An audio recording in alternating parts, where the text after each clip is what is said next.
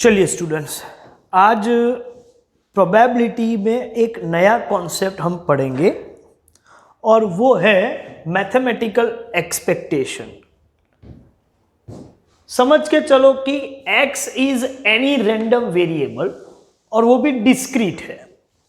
इसके बारे में मैं बाद में डिस्कस करूंगा कि डिस्क्रीट क्या है, कंटिन्यूअस वेरिएबल क्या है, लेकिन एक रैंडम वेरिएबल है x और pi is a probability of random variable x, then expected value or you can say average value is sigma pi xi और variance of xi is sigma pi xi square, मतलब expected value of x square minus expected value of x the whole square, मतलब sigma pi xi the whole square।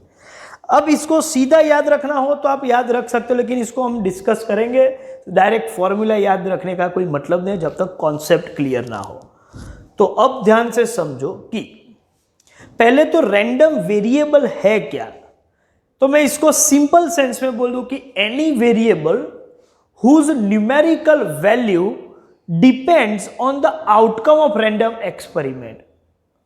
फिर भी समझ में नहीं आएगा, फिर से बोल रहा हूं, any variable whose numerical value depends on outcome of random experiment. से फॉर एग्जाम्पल, सपोज हम कॉइन टॉस करते हैं तो कितने पॉसिबल आउटकम है? तो आप बोलोगे दो आउटकम्स पॉसिबल हैं, H या T। अब हमने ऐसा डिसाइड किया है कि हेड आए तो आप 5 रुपये जीतेंगे और टेल आएगा तो आप मुझे 10 रुपये देंगे। ठीक है, तो आउटकम हेड आया तो आपको प्राइज अमाउंट मिला। प्राइस अमाउंट कितना मिला? तो मैं आपको बोल रहा हूं कि आपको 5 रुपये मिल जाएंगे। और टेल आएगा तो आपको मुझे 10 देने हैं, तो मतलब आपको प्राइस नहीं, आपको पेनल्टी पे करनी पड़ेगी और उसका वैल्यू है -10। तो ये जो प्राइस अमाउंट है 5 और -10 वो न्यूमेरिकल वैल्यू है जो डिपेंड करता है outcome of random experiment. Outcome head है तो वैल्यू 5 होगा, आउटकम टेल है तो वैल्यू -10 होगा। तो ये आपका रैंडम वेरिएबल माना जाएगा। तो रैंडम वेरिएबल का मतलब है any variable whose numerical value depends on the outcome of random experiment. Random experiment के आउटकम पर डिपेंड करता है, इसकी वजह से हम उसको बोलते हैं रैंडम वेरिएबल। तो वेरिएबल की वैल्यू जो है वो डिपेंड करती है आउटकम पर, इसकी वजह से, और किसके? रैंडम एक्सपेरिमेंट के आउटकम पर, तो हम उसको बोलते हैं रैंडम वेरिएबल। अब मैं आपको बोलूं कि रैंडम वेरिएबल x की वैल्यू 5 है, उसकी क्या प्रोबेबिलिटी है? तो आप बोलोगे कि आउटकम h की जो प्रोबेबिलिटी है वही x की वैल्यू 5 की प्रोबेबिलिटी है। इसका मतलब आउटकम h की प्रोबेबिलिटी तो 1/2 है और आउटकम टेल की प्रोबेबिलिटी भी 1/2 है। तो x की वैल्यू 5 हो, मतलब x इक्वल्स टू 5, उसकी प्रोबेबिलिटी मतलब probability of x equals to 5 is 1/2 and probability of x equals to -10 is also 1/2।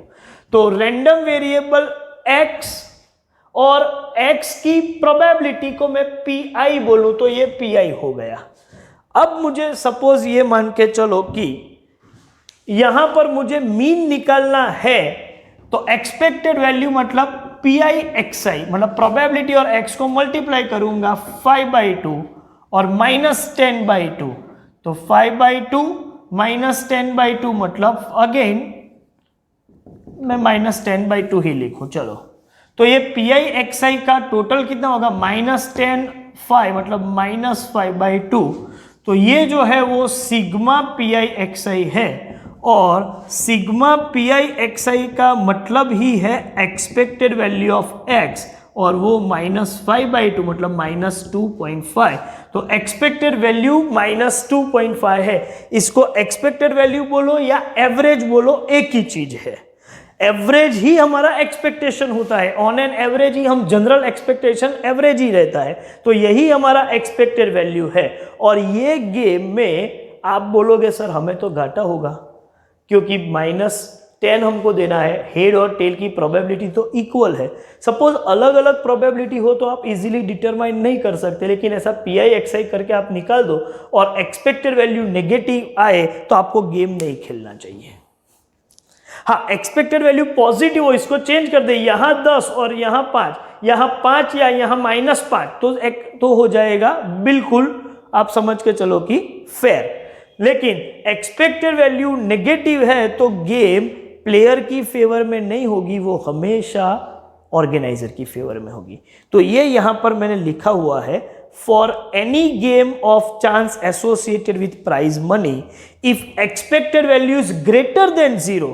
Suppose ये उल्टा कर दे कि 5 और -10 की बजाय आपको मैं ऐसा बोलूं कि हेड आएगा तो मैं आपको -10 दूंगा और टेल आएगा तो ठीक है, आपको मतलब हेड आएगा तो आप 10 रुपया कमाओगे और टेल आएगा तो आप 5 रुपया घुमाओगे, तो -5 ये मैं चेंज कर दूं तो ये +5/2 हो जाएगा और +5/2 आएगा तो +2.5।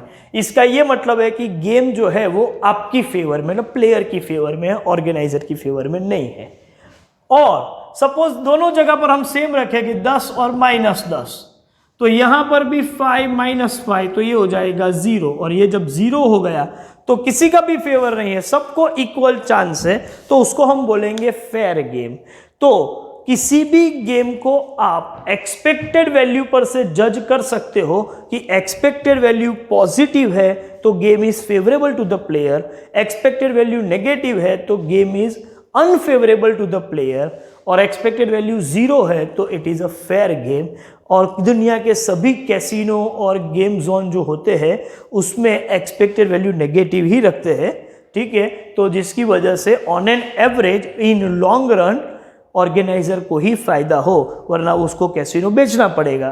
तो आप ये ध्यान में रखिए कि किसी भी गेम का एक्सपेक्टेड वैल्यू जज करने के बाद आप डिसाइड कर सकते हैं कि ये किस तरीके का गेम है। अब सिर्फ 1-2 पॉइंट बाकी रहे, और वो 1-2 पॉइंट ये है कि सर एक्सपेक्टेड वैल्यू तो समझ में आ गया, ये वेरिएंस क्या है, और दूसरा कि एक्सपेक्टेड वैल्यू को ही हम एवरेज वैल्यू क्यों बोलते हैं। तो इसके पीछे कोई लॉजिक है? हाँ, बिल्कुल लॉजिक है। एवरेज और वेरिएंस यही पैटर्न से आएगा, लेकिन इसके लिए मैं कुछ क्वेश्चन अलग तरीके से प्रेजेंट कर रहा हूं।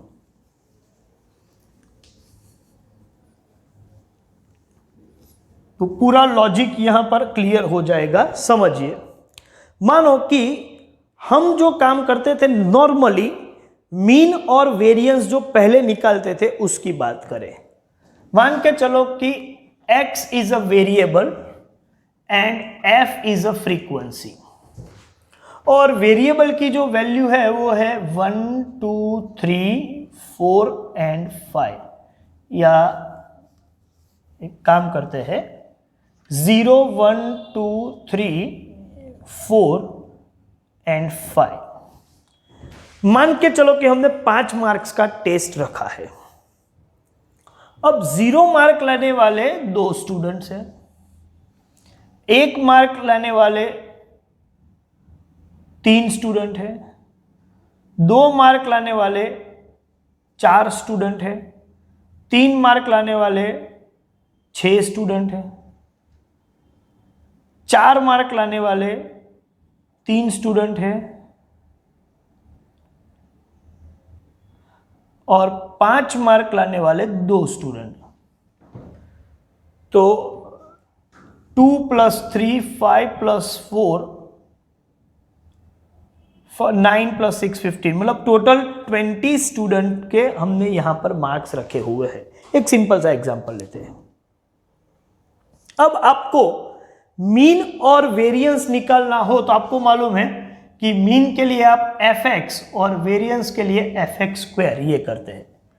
fx मतलब ये 0, ये 3, ये 8, ये 18, ये 12, ये 10, और fx² तो fx × x, तो ये 0, ये 3, ये 16, ये 36, ये 48 और ये 50।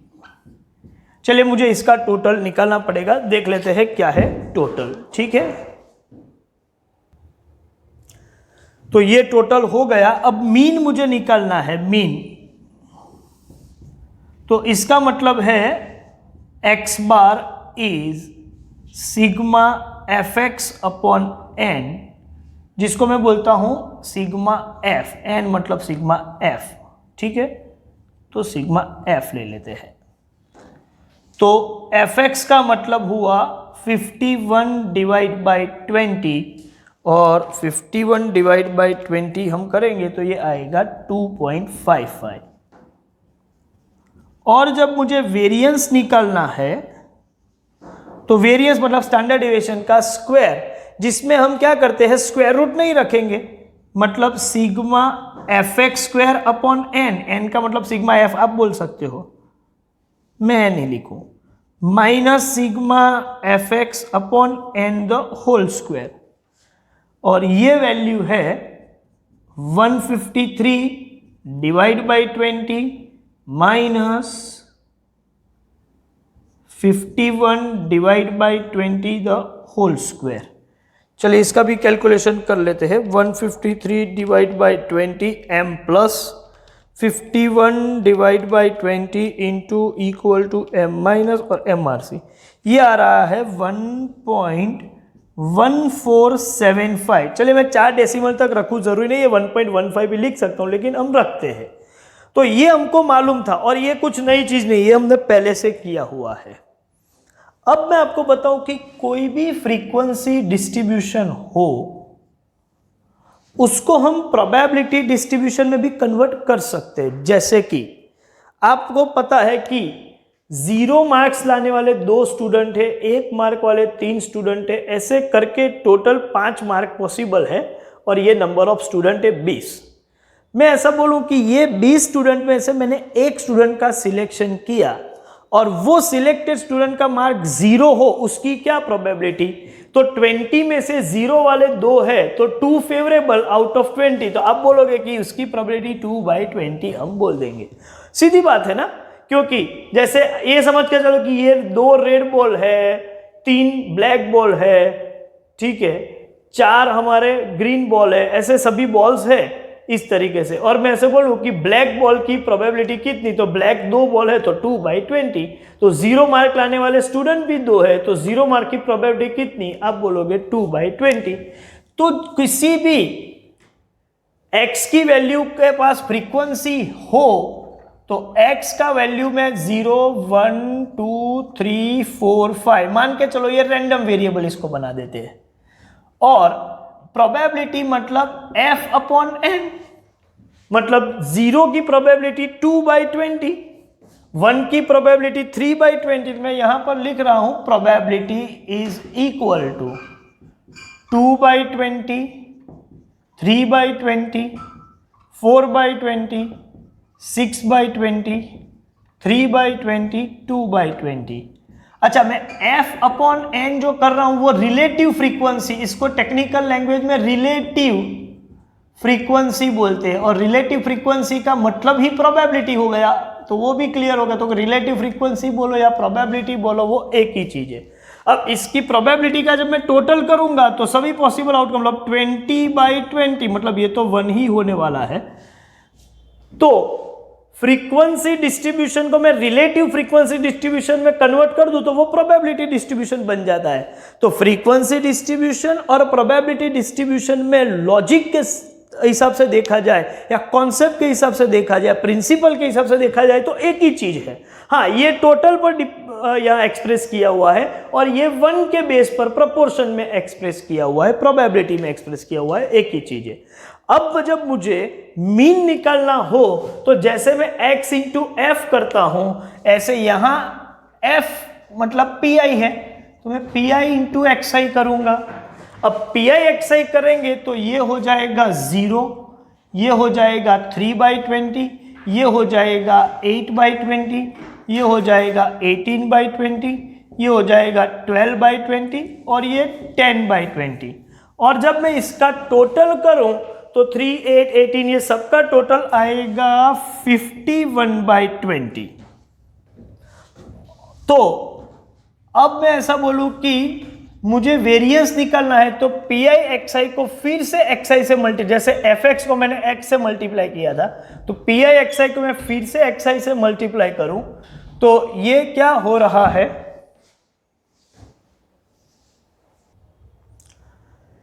चलिए तो अब क्या करते हैं, 0 इंटू 0 तो ये 0, 3 इंटू 1 ये 3/20, 8 2 जा ये 16/20, 18 3 जा 36 एंड 54,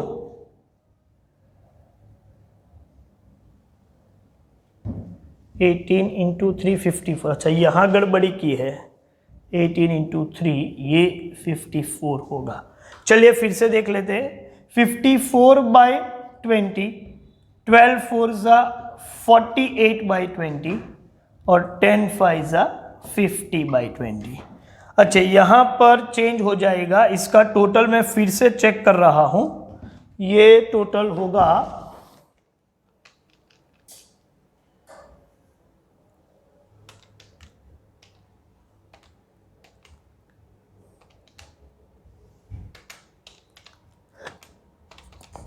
171 और यहां पर भी आएगा 171/20, तो ये 171/20, इसका मैं वेरिएंस निकालूं तो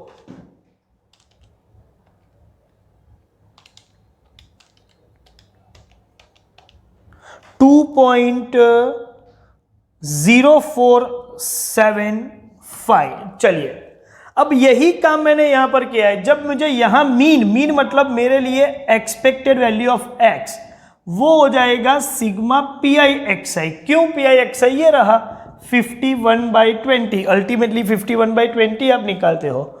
तो जब मैंने हर एक को रिलेटिव फ्रीक्वेंसी में कन्वर्ट कर दिया है, तो एवरी टाइम 20 से डिवाइड किया है, तो sigma p i x I upon sigma p आई करना है, जैसे यहां सिग्मा एफ किया है, लेकिन सिग्मा पी आई तो 1 ही है, तो डिवाइड बाय 1 लिखे या ना लिखे कोई फर्क नहीं पड़ेगा, आंसर सेम ही होगा 51/20 जो 2.55 आ रहा है।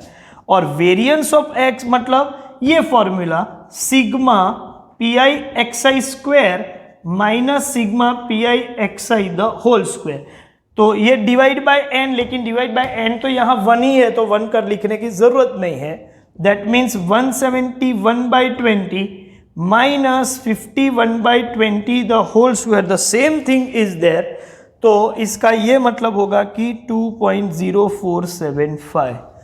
तो ये डिस्कशन से इतना क्लियर हो जाता है कि मीन मतलब ई ऑफ एक्स जो है वही ओरिजिनल डेटा का जो मीन निकालते थे वही फ्रीक्वेंसी के बजाय प्रोबेबिलिटी डिस्ट्रीब्यूशन में निकाले, तो फॉर्मूला मॉडिफाई होती है, लेकिन मैटर जो है या जो एक्चुअल मीन है वो तो वही रहता है। मॉडिफाई इसलिए होती है क्योंकि हमने डिस्ट्रीब्यूशन को मॉडिफाई किया है और कुछ नहीं, ठीक है। वेरिएंस भी वही टेक्निक से हमने निकाला है जो पहले निकालते थे, नई फॉर्मूला ही ऐसा नहीं है, वो ओरिजिनल फॉर्मूला ही है जिसका हम यहां पर यूज कर रहे हैं, लेकिन डिस्ट्रीब्यूशन थोड़ा मॉडिफाई किया है।